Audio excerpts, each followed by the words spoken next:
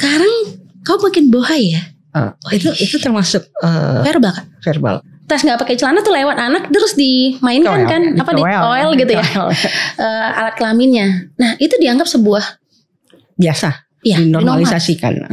Padahal itu kan sebenarnya kekerasan seksual. Jadi dia memastikan bahwa waktu dia nggak ngunci pintu, dia merasa kayak bapaknya nyium dia, tapi kayak dia merasa diraba-raba. Dia pakai handphonenya, dia rekam handphonenya, dan dia lihat kejadian itu benar bapaknya melakukan itu. Makanya hak-hak korban ini yang tadinya mereka tidak tahu, ya kan? Ketika kita dampingi, ketika mereka tahu hak mereka, mereka bisa mengakses layanan kebutuhan korban.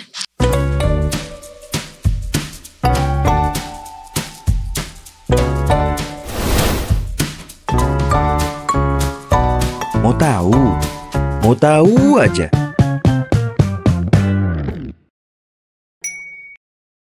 Ya, assalamualaikum warahmatullahi wabarakatuh. Apa kabar sahabat Mistar? Jumpa lagi kita dalam podcast Mau Tahu Aja.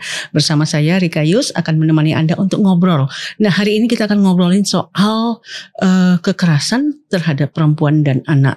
Nah, sahabat Mistar, kita melihat banyak sekali kasus-kasus kekerasan perempuan dan anak yang akhir-akhir ini, di akhir tahun malah ada catatan dari Mistar, baru-baru ini seorang ibu muda di Desa Marendal, Patumba, Deli Serdang itu diruda paksa oleh boleh dibilang masih tetangga ya, masih satu desa. Kemudian di Serdang Bedagai belum lama ini, masih di bulan Desember juga, di Petatal Perbaungan seorang anak SMA yang kemudian diperkosa dan sepeda motornya diculik, kemudian akhirnya juga meninggal dunia. Nah, masih di Desember kasus anak keterbelakangan mental pada 6 Desember diruda paksa oleh orang yang tak dikenal, dan sampai saat ini kasusnya kita belum tahu, masih dalam proses pengusutan. Nah, mungkin sahabat Mistar, kita juga masih mengingat masih di 2024 ini September, seorang anak diruda paksa oleh belasan pria di Labuan Batu. Nah, banyak sekali kejadian-kejadian yang justru menakutkan bagi perempuan, khususnya untuk kekerasan seksual. Nah, kita sudah bersama kakak lah ya, saya manggil kakak, Kak Shirley Anita Gafar. Beliau adalah Direktur LBH Apik Anak dan Perempuan ya. Ya, apa kabar Kak Shirley? Sehat ya? Alhamdulillah sehat Kak. Salam kenal dengan salam kenal. Sebenarnya kita sudah cukup familiar sih, cuman mungkin ini baru bertemu kita personal ya, secara personal ya. Tadi kita sudah membuka tentang kasus-kasus kekerasan terhadap perempuan dan anak khususnya. Nah, kita melihat seperti apa sih ini, mungkin dari pandangan LBH Apik ya. Seperti apa sebenarnya kasus-kasus kekerasan terhadap perempuan? Apakah semakin meningkat trennya? Kemudian apakah semakin meningkat juga tren perlakuannya gitu? Kekerasan terhadap perempuan kita bisa nyebutnya KTP Kak. KTP ya. Tapi T-nya kecil. Oke. Gitu. Jadi bukan kartu tanda penduduk ya. Jadi kekerasan terhadap perempuan itu sebenarnya dari dulu sudah ada kan. Ya pasti. Kan? Mungkin meningkat secara angka ya. Atau secara pemberitaan mungkin lebih terbuka. Karena zamannya juga beda. Era keterbukaan ini, informasi begitu gampang diakses ya. Iya benar kan, teknologi kan Kak. Gitu. Beda zaman kita di perjuangan pertama sekali, kata Kak Rika tadi sebelumnya di LBH Apik ketemu sama teman-teman senior kita gitu. Nah dulu juga belum ada kan tentang apa namanya, ada kasusnya, tapi untuk melaporkan itu kan tidak semua. Tidak segampang sekarang. Iya, gitu ya. Bukan tidak segampang sih sebenarnya Kak. Kalau ini kan seperti fenomena gunung es gitu. Di bawah tuh banyak kejadian, tapi dia itu ke atas, pelaporan itu pengaduan tuh sedikit. Artinya kalau yang kita lihat ini hanya gunung yang di atas, sebenarnya banyak sekali kasus-kasus. Nah, kenapa saya mengatakan begitu? Nih di kita aja, kalau kakak tadi kan membuka dengan beberapa berita di itu Desember. Di Desember itu masih Desember ya, banyak kan. Itu yang yang terlihat bentuk kasusnya adalah kekerasan seksual. Iya. Ya, menarik memang ya, berita menarik maksudnya adalah orang akan terperhatikan karena kasusnya kekerasan seksual. Nah, padahal kasus kekerasan terhadap perempuan kan tidak yang lain-lainnya. Iya, gitu. tidak hanya terkait tentang kekerasan seksual. Nah, di sini juga tadi kakak membuka dengan ada kasus anak SMA yang diruda paksa yang akhirnya meninggal. Benar. Nah, kita itu juga lagi mengkampanyekan dengan femisida. Femisida. Ya, pembunuhan kan tubuh perempuan gitu. Yang datanya juga ternyata belum ada kan, tapi pemberitaan ada gitu.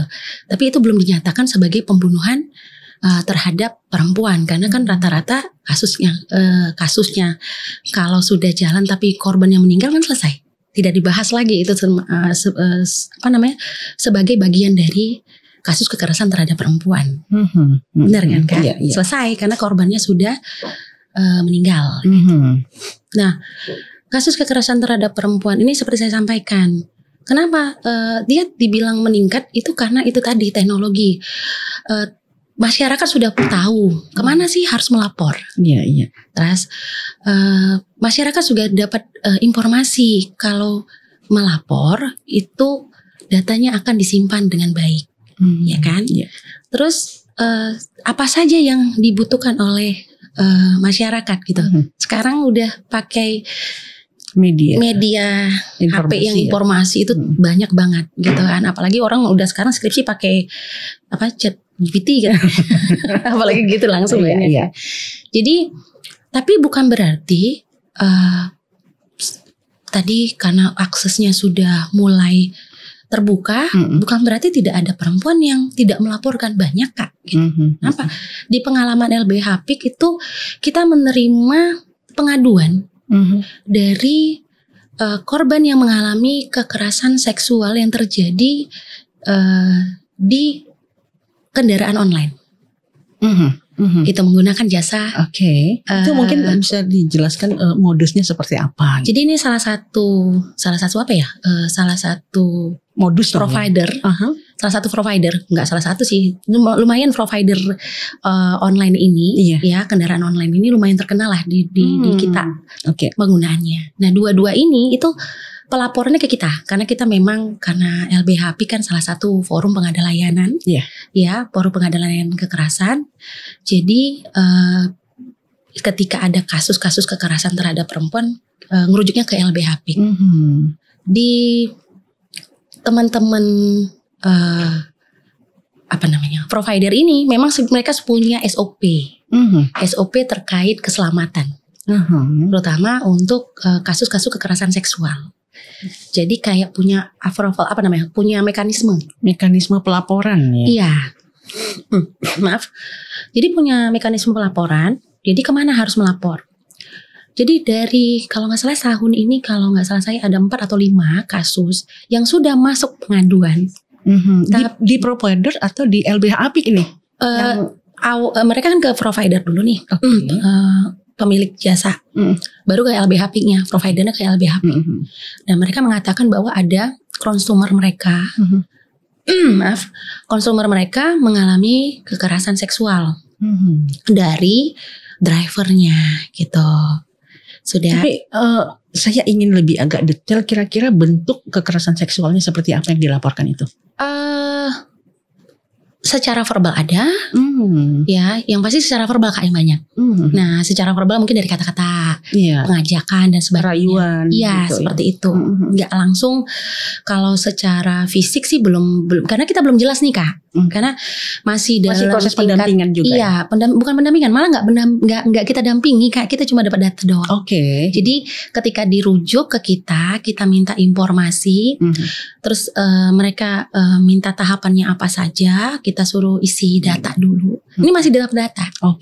Nah, sudah didata dan ada beberapa 4-5 kasus itu diantaranya itu ada yang udah timnya itu turun ke kantor kita, nungguin si korban datang untuk mengadu ya, untuk mendapat layanan dari kita. Yaitu layanan yang pertama adalah konseling penguatan. Artinya kita memang ada kerjasama nih dengan provider. Kerjasama secara tertulis enggak. gitu. Cuma karena rujukan itu dari tadi tim FPL gitu kan, kita kerja sama nih. Oh, kalau ada kasus di Medan, kemana ya?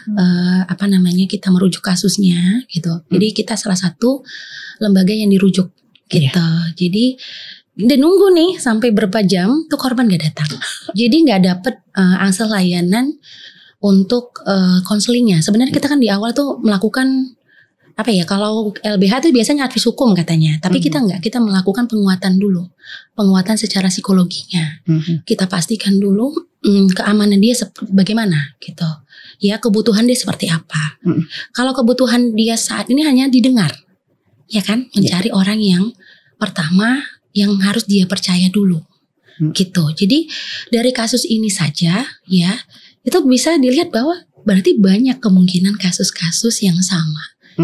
Yang mereka mengalami, tapi tidak melakukan pengaduan dengan alasan itu tadi kan Kak, kekhawatiran, takut. Walaupun takutnya mungkin takut, ya nggak tahu kita takut apakah karena kita tidak saling kenal, atau mereka takut nanti dari tim provider sendiri itu dia nggak percaya. Padahal kita dikasih nomor telepon kita dan bisa langsung, karena kadang mereka minta nomor kontak kita kan, gitu.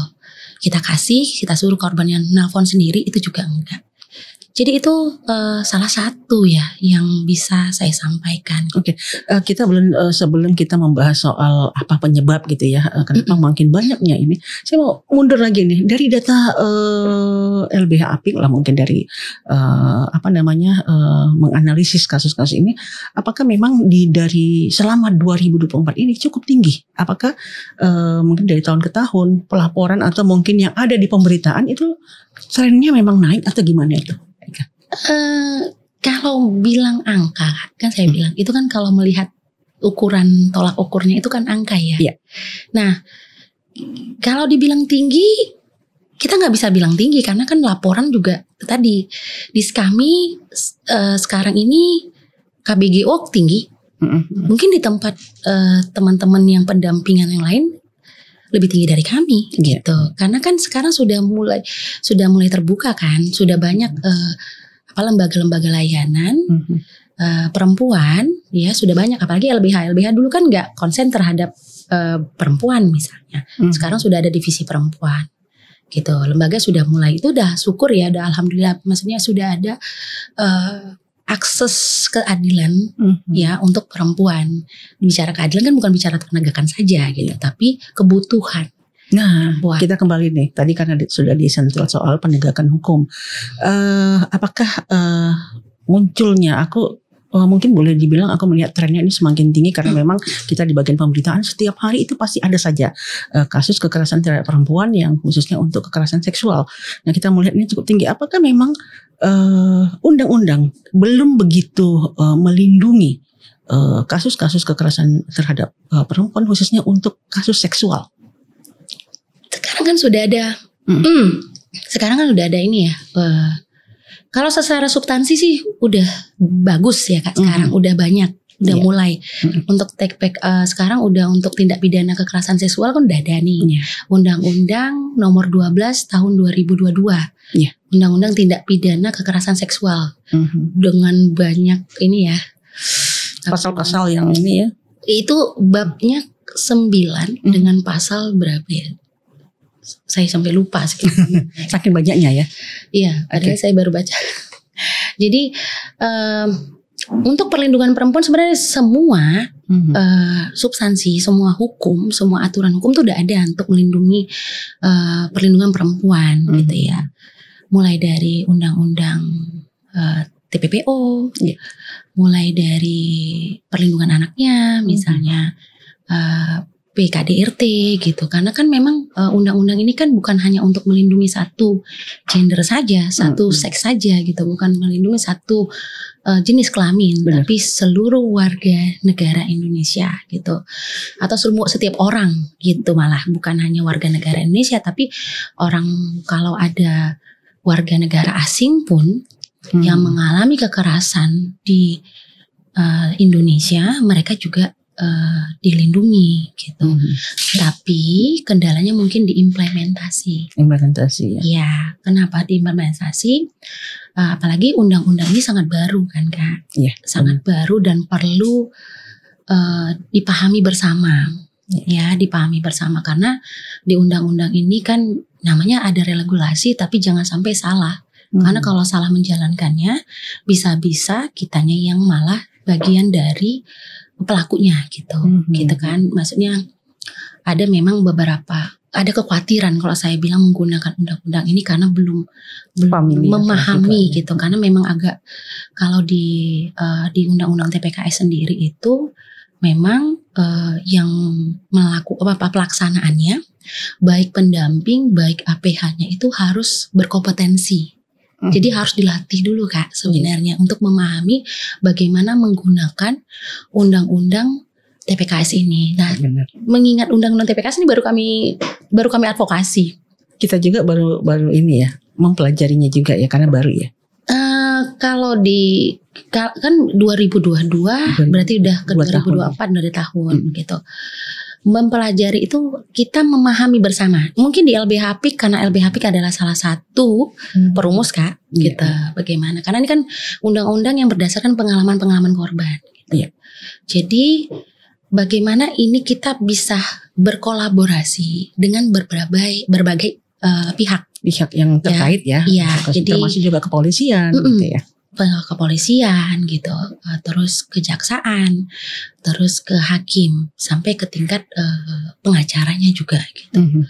Nah, karena untuk memahami frasa-frasanya gitu kan, itu harus ini loh verbal gimana sih gitu. Cuit-cuit kenapa bisa cuit-cuit itu kan biasa kalau di budaya Medan itu. Nah itu tadi. Biasa kan Kak, dinormalisasikan. Bener ya, dinormalisasikan sehingga itu tidak dianggap. Jadi penyebabnya salah satunya adalah kita nggak kenal nih kekerasan. Kekerasan itu kan perilaku ya. Perilaku seseorang atau sekelompok orang yang mengakibatkan orang lain itu dirugikan, baik secara fisik maupun secara psikis. Jadi kalau selagi itu belum merambah ke fisik, orang masih nganggap itu biasa. Iya, bukan kekerasan. Padahal dinormalisasikan. Iya, dinormalisasikan. Jadi sehingga kita sendiri tidak mengenali bahwa itu adalah kekerasan. Contoh kalimat gini, sekarang kau makin bohai ya. Itu termasuk verbal Kak. Verbal. Bohai. Ya hati-hati ini berarti. Karena kalimat bohai itu sudah ke ada apa ini maksudnya? Seksual gitu ya. Ada hasrat keinginan. Bukan bercanda ya. Itu tidak bisa dijatuhkan bercanda. Tidak bisa dinormalisasikan. Nah, sama kayak kalau kita zaman dulu Kak, waktu mak-mak kita dulu ingat gak dulu anak-anak kecil apa sih bayi-bayi itu yang suka nggak pakai celana? Kan zaman kita dulu Kak, biasa ya. Saya enggak. Zaman kalau saya bilang zaman sayanya gitu melihat ada ibu-ibu masih anaknya tuh nggak pakai celana. Ya kan di beberapa tempat itu. Nah, tes nggak pakai celana tuh lewat anak terus dimainkan kan di oil gitu ya alat kelaminnya. Nah itu dianggap sebuah biasa dinormalisasikan. Padahal itu kan sebenarnya kekerasan seksual. Dan ini kemarin waktu saya diundang oleh Komnas Perempuan bersama dengan instansi terkait di diskusi terkait, kami ikut akademi pelatihan kekerasan seksual APKS namanya. Jadi informasi dari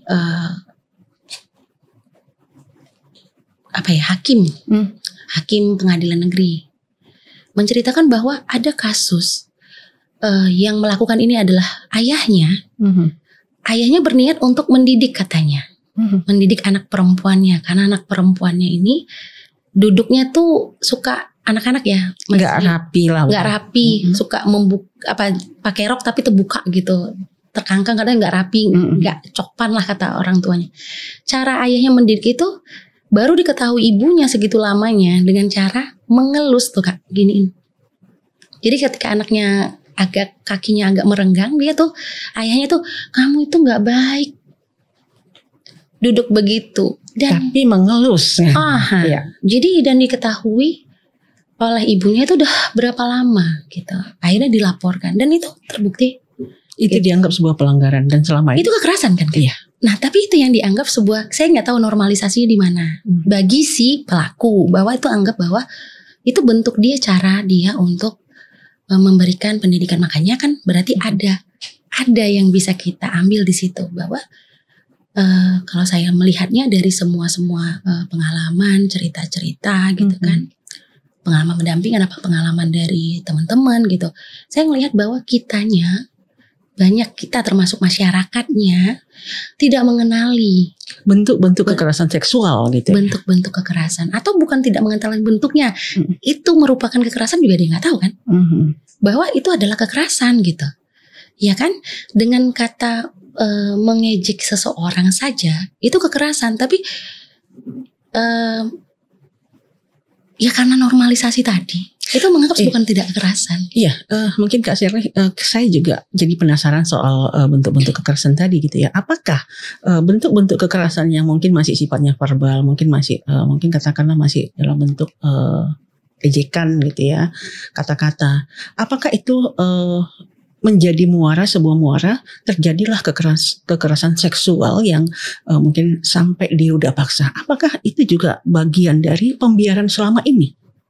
Bisa jadi Kak, bisa jadi, dan juga bisa jadi karena memang ketika tidak tahu itu adalah merupakan kekerasan, jadi itu dinormalisasikan, akhirnya menganggap bahwa itu hal ketika ada orang laki-laki, ginilah pembiaran kasus lah, gitu lah. ya. Ini kan kasus, kan tetap kan yang akan malu itu siapa Kak di lapangan ketika ada kasus beruda paksa ini.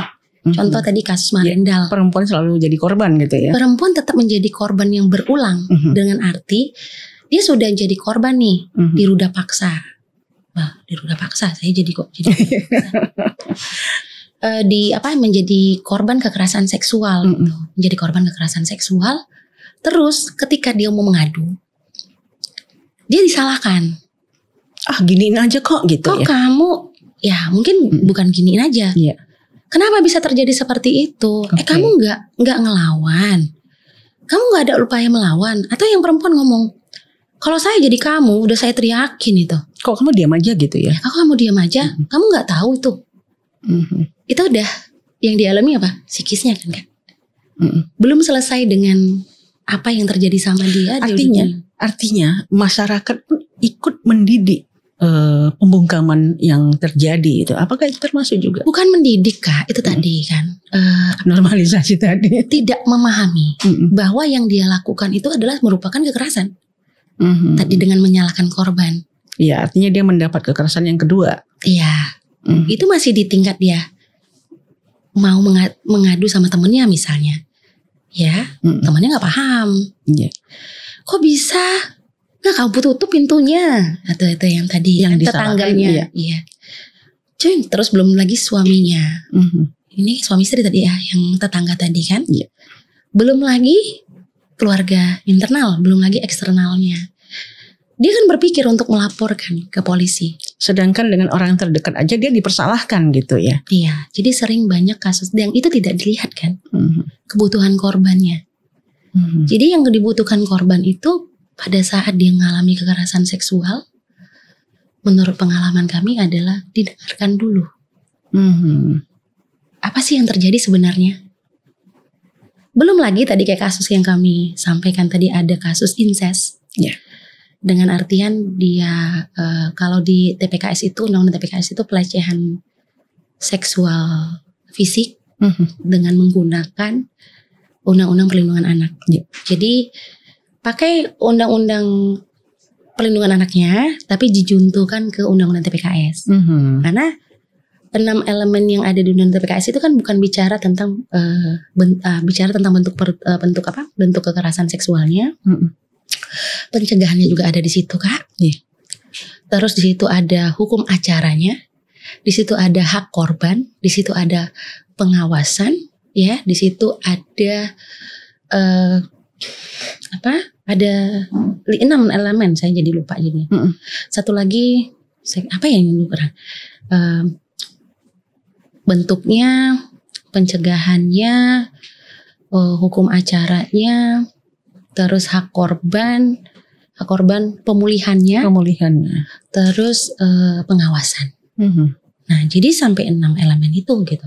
Jadi kalau pakai undang-undang perlindungan anaknya untuk hukumannya, kita bisa pakai nih hak korbannya di undang-undang TPKS. Oke, di undang-undang pada faktanya ini, apakah dipenuhi bagi korban gitu dalam prakteknya? Dipenuhi bagi korban. Nah, korban sendiri kadang nggak tahu Kak itu haknya. Itu haknya. Iya, jadi makanya saya bilang banyak di kitanya di masyarakat itu tidak memahami kekerasannya nggak tahu bentuknya sampai haknya. Hak korban yang tidak dilaporkan, bisa kan kalau kita ngelaporkan biasanya kan kita kena lapor balik gitu, korban kan. Nah di situ diatur hak untuk dipulihkan. Contoh kasus pengalaman kami, kita udah sampai nih di LPSK, Lembaga Perlindungan Saksi dan Korban. Kita memintakan bantuan karena ada beberapa bantuan yang diberikan oleh LPSK, itu wewenang mereka, yaitu salah satunya psikososial. Nah, di kita memudahkan karena kan masyarakat nggak paham Kak. LPSK itu apa ya, fungsinya apa, perannya apa. Walaupun sudah kita sampaikan perannya LPSK itu apa, untuk verifikatornya itu nanya lagi nih ke korban. Ini kejadian nih baru berapa 2-3 kasus lah. Baru-barusan ini tertangkap kita. Dia bilang, kami udah nanya ke korban nggak butuh apa-apa. Ya korban nggak ngerti bahwa dia punya hak untuk dipulihkan secara psikososial, pemulihan terapi Kak, pemulihan psikologi yang tadinya dulu ya dia nggak apa-apa, nggak baik-baik, ceria gitu ya, tiba-tiba dia down.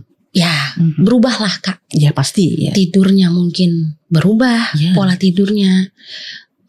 Aktivitasnya juga berubah dan lain sebagainya. Dan dia nggak paham, dia karena ya sudahlah, sudah dilewati, dia nggak mungkin kan karena mungkin psikis derajat kekerasan yang psikis yang dampak di psikis yang diderita oleh korban tidak seperti pengalaman perempuan korban yang lainnya. Sehingga dia mampu untuk resiliensi. Maksudnya ya udah terjadi tapi aku harus hidup, aku harus kuat, gitu. Jadi padahal itu mengganggu aktivitas dia, misalnya dia sering melamun, dia sering ini, itu nggak kelihatan. Jadi sampai di situ nggak paham. Akhirnya kita berikan pemahaman, kita bolak-balik untuk sampai kita karena LBH ada di nasional, kita minta untuk dipertemukan secara online waktu itu luring ya, mendiskusikan adanya problem-problem atau kendala yang di lapangan.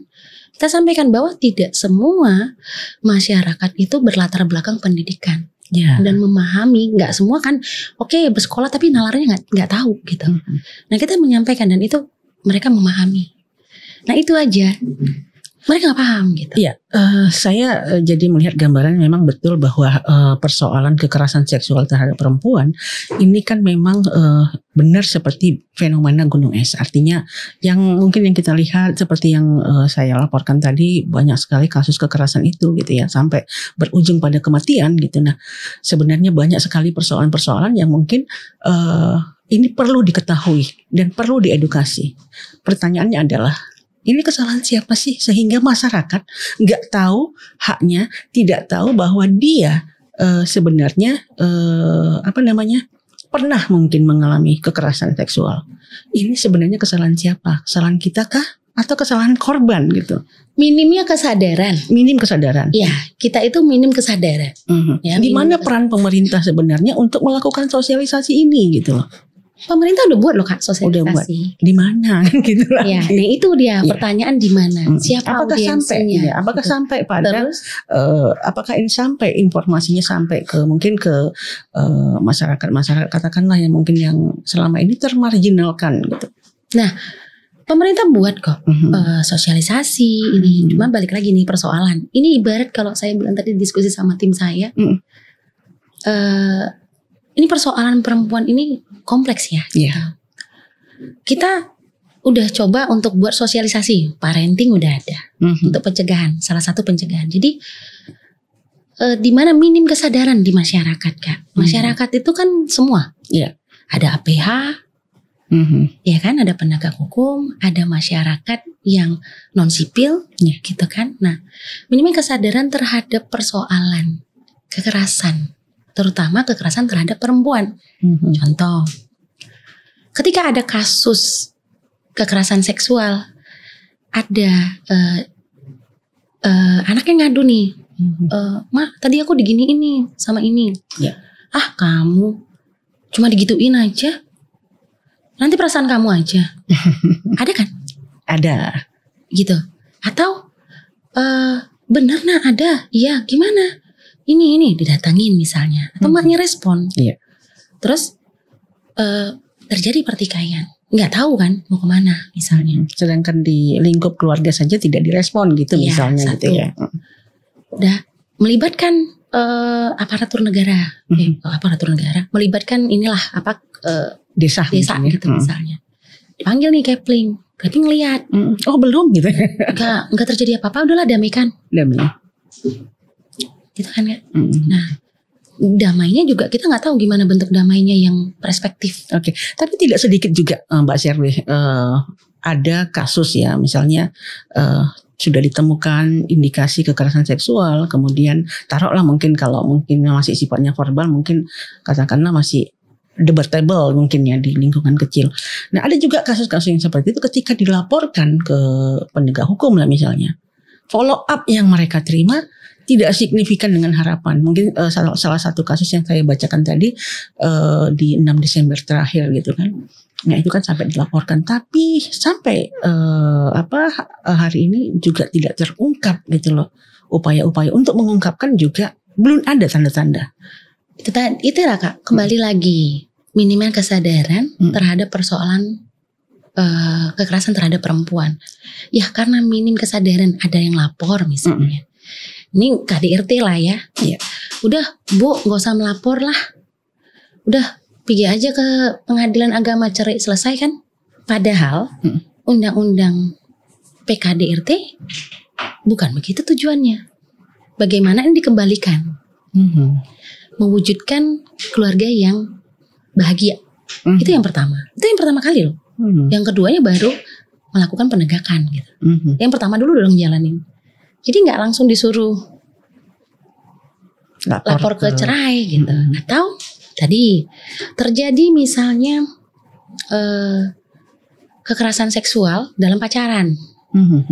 Oke. Nah, banyak nih kan kasus dalam pacaran yang anaknya di bawah umur, laki-lakinya itu sudah tidak dikatakan lagi anak. Oke. Karena kan 18, begitu 18 satu hari, besok udah gak 18. Terjadi hamil. Sudah, yang dilakukan apa?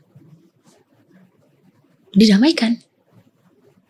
Dinikahi. Karena itu menurut masyarakat. Pandangan masyarakat yang terbaik mungkin. Yang terbaik adalah menikahkan. Jadi pandangan hukum sendiri yang terbaik apa sih sebenarnya? Mungkin untuk kasus-kasus yang untuk memberikan efek jerah lah mungkin kita bilang. Kalau bicara pandangan hukum Kak, undang-undang TPKS itu, kalau kasus seperti itu tuh nggak bisa didamaikan Kak. Kalau sudah dilaporkan ke tingkat penyidikan. Tapi faktanya banyak yang mungkin katakanlah aparat penegak hukum dalam tanda petik itu lebih menganjurkan untuk damai. Iya, dan faktanya juga di lapangan pengalaman perempuan ketika dinikahkan nggak jadi nggak selesai kan? Yang terjadi apa? KDRT kan Kak? KDRT berikutnya. Iya. Kemudian berikutnya juga perceraian juga gitu ya. Kan ujungnya kan dari awalnya kekerasan di masa pacaran, kekerasan seksual gitu ya. Ini kan jelas nih, yang satu bawah umur, yang satu sudah lewat 18 tahun gitu ya. Gitu kan. Nah, ini yang terjadi kalau ini dipaksa nikah Kak, itu di undang-undang TPKS diatur loh, pemaksaan nikah. Karena anak masih di bawah umur, nggak boleh dinikahin. Jadi ada di situ bentuk kekerasannya di TPKS. Jadi pemaksaan perkawinan. Gitu. Jadi dipaksa dia pacaran terus dipaksa kawin, itu kan. Ini kayak benang kusut jadinya ya. Iya, itu yang saya mau tangkap tadi. Benang kusut yang kita susah ngurainya sebenarnya. Tapi kan harus kita urai. Betul. Artinya begitu kita melihat orang menganggap bahwa kasus kekerasan atau seksual cukup diselesaikan dengan damai, padahal undang-undang tidak seperti itu. Sekarang ini undang-undang melihat bahwa itu tidak solusi kan. Artinya ketika ada orang yang menganjurkan supaya diselesaikan dengan damai, apakah itu bisa kena delik hukum? Ada? Bisa. Iya. Jadi kayak kasus bukan menganjurkan damai ya. Ada kasus yang santriwati itu kah? Yang viral di Jombang ya? Ya ini kan soal no viral no justice. Jadi tunggu viral dulu baru. Ya kita tahu akhirnya ketika ada berita itu kan kita tahu bahwa itu kasus gitu. Nah mungkin kalau kami LBHP tahu karena kan sesama jaringan pasti ngasih informasi. Benar. Nah itu kan sempat dihalangi oleh yang pelakunya ini kan apa sih namanya? Pesantren ya? Iya orang pesantren juga. Yang menghalangi kan orang pesantren juga. Itu kena Kak. Jadi menghalang-halangi proses itu pun diatur di Undang-Undang TPKS. Gitu. Jadi penegakan hukum bagi pelaku itu tidak hanya penegakan saja secara kurungan Kak. Jadi ada nanti rehabilitasi sosialnya gitu. Di aturan Undang-Undang TPKS. Oke, sebelum lanjut lebih jauh lagi, saya ingin tahu juga dampak buruk bagi mereka-mereka yang mungkin mendapatkan kekerasan seksual itu seperti apa sih? Yang pasti kalau pengalaman kami itu yang banyak PTSD. Apa itu? Post trauma syndrome disaster. PTSD kalau nggak salah saya, kan? Jadi pasca. Ya, pasca, saya lupa sih singkatannya, tapi pasca setelah terjadinya kekerasan itu semua. Misalnya istilahnya kalau saya ini ya bahasanya agak asing gitu ya. Bukan asing sih, cuma mengucapkan singkatan saya jadi takut kan, walaupun saya latar belakangnya seperti apa. Nah, itu rata-rata Kak yang mengalami itu gitu. Jadi itu yang mereka alami. Trauma setelah adanya kejadian itu. Jadi dalam bentuk apa? Bisa saja nggak tidur, bisa aja kayak kemarin kita dampingi. Ini udah selesai nih penegakan udah sampai di pengadilan proses persidangan. Pulang dari persidangan tuh anak dengan Serini itu tuh menjerit-jerit Kak. Nah kasusnya dua pelaku, orang pelaku berarti 2 kali dia harus melewatin proses persidangan. Jadi dia sampaikan bahwa Bu kita kan nanya terus nih ya, apa sih yang dialami gitu. Saya nggak bisa tidur Bu, terus saya ketika mendengar Serini itu saya takut. Dia tergambarkan seolah-olah pelakunya itu ketemu sama dia. Dia takut ketemu, kemudian akan terjadi lagi dan lain sebagainya. Jadi, artinya memang trauma yang ini ya, yang dirasakan. Satu lagi yang apalagi traumanya, yang ini kasus yang kami hari ini tadi, yang kami coba berkoordinasi dengan jaksa. Itu anak 2 tahun, waktu kejadian tuh 2 tahun 6 bulan atau 8 bulan. Anak ini memang menurut keterangan, menurut informasi yang setelah kita dampingi, anak ini memang epilepsi, ada gejala epilepsi lah ya. Tapi itu sekali-sekali terjadi ya, dialami. Ngamuk kambuhnya sekali-sekali. Nah, pada saat terjadi pengaduan di polisian, kan diambil keterangan si anak. Terus anaknya untuk memastikan kejadiannya benar atau enggak, ayahnya mau dipanggil, dipertemukan. Anaknya nangis, anaknya berontak lah istilahnya, namanya anak kecil ya, gimana sih berontaknya, nangis atau apa. Dan sejak kejadian dia mau dipertemukan oleh si pelaku, notabene ayahnya, tuh anak Kak kejang terus, kejang nggak berhenti sampai berapa lama gitu.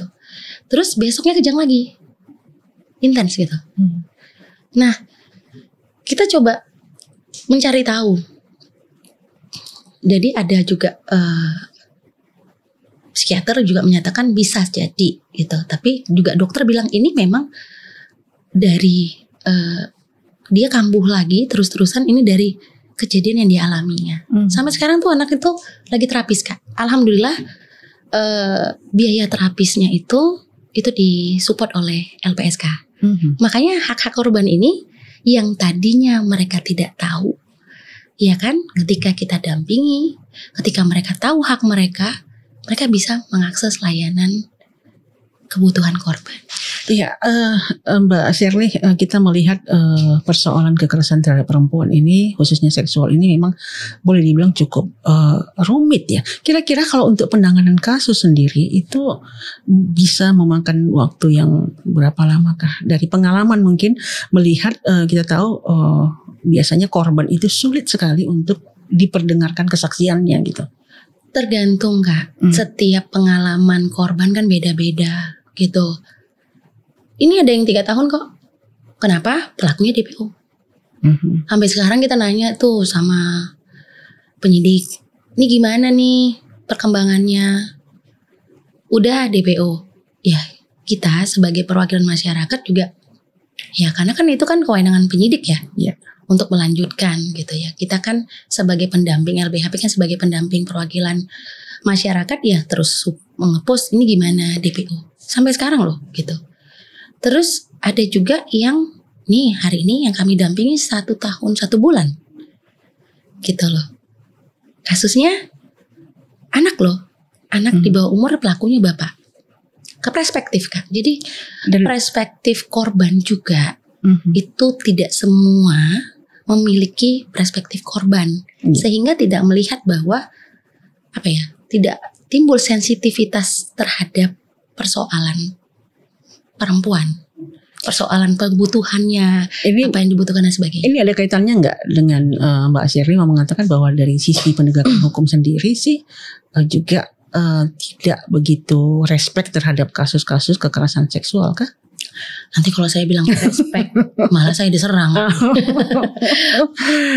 Itu tapi tadi kayaknya begitu ya. Sampai 3 tahun DPO gitu. Perspektif Kak, pandangan. Ya, perspektifnya. Sehingga perspektif korban itu kan kita ngelihat ya, ada korban, apa sih yang dibutuhkan gitu. Karena kan memang polisi kan ngadepinnya nggak korban aja Kak, terdakwa. Iya. Harus berhati-hati kan gitu. Alasannya gitu, harus berhati-hati. Jaksa aja juga gitu, mau naikkan berkas tadi dia bilang apa? Artinya ada hak juga bagi orang lain yang harus dilindungi juga gitu. Iya. Makanya perlu memang kita melihat kebutuhan korban seperti apa. Jangan kaku. Undang-undang TPKS kok gitu loh. Memang kesulitannya adalah alat bukti.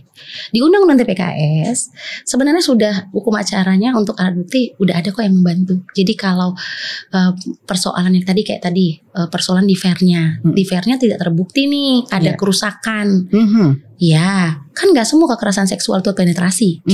Yang tadi saya belai itu. Iya, belai gimana mau nampak gitu. Iya kan gitu kan Kak. Iya. Makanya ada visum et psikiatrikum.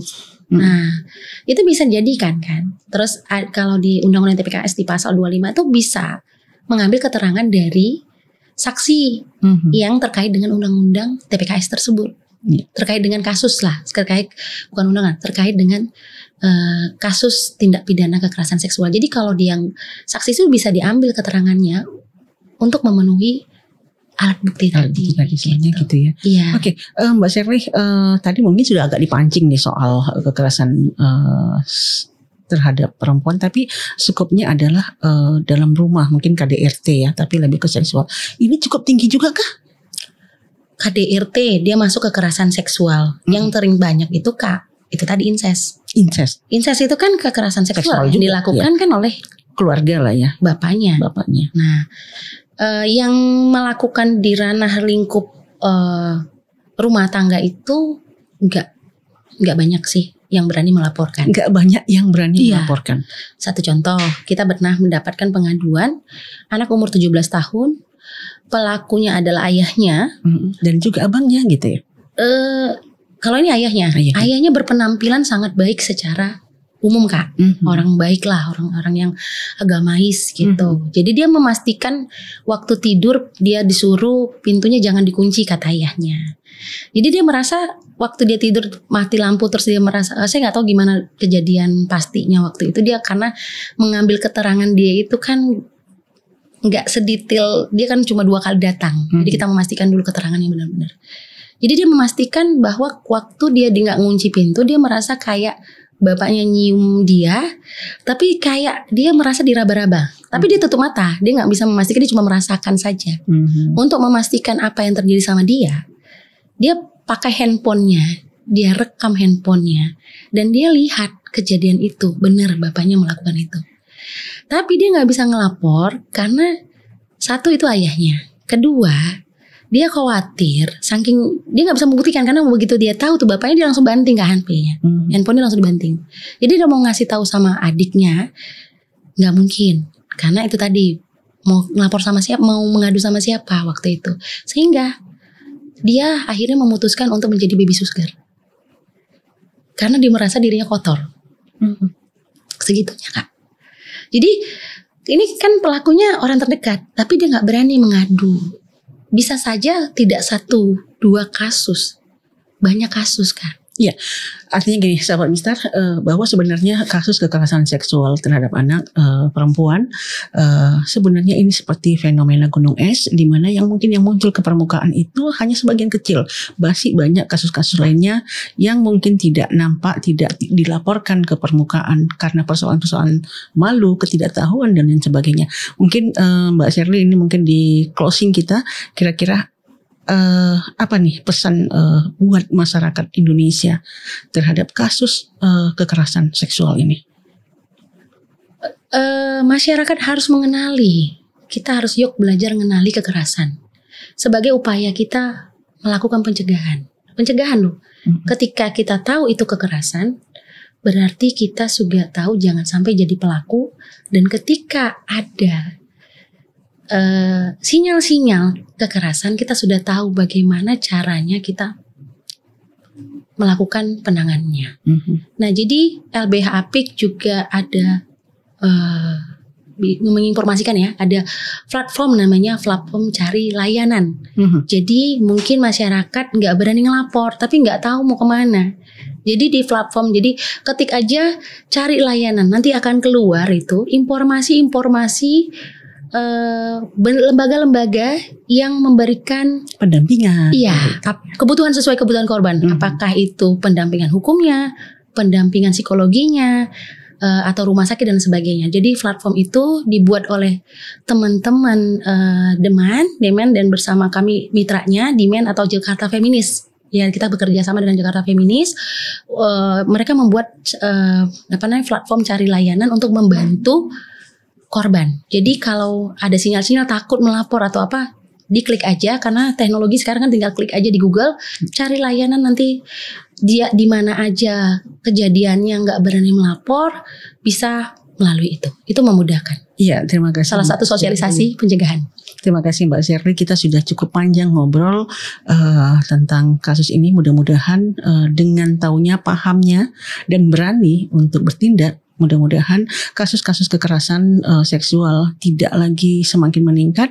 Setidaknya mari kita sama-sama melakukan edukasi terhadap masyarakat bahwa Anda punya hak untuk melapor, Anda punya hak dan Anda harus tahu, dan yang pasti jangan takut. Iya, yang pasti jangan takut karena kita ada bersama kalian. Ya, demikian sahabat Mister, perbincangan hangat kita dengan Mbak Shirley dari LBH Apik. Terima kasih atas kebersamaannya. Sampai jumpa, tetap tahu dan tetap kepo. See ya. Mau tahu aja.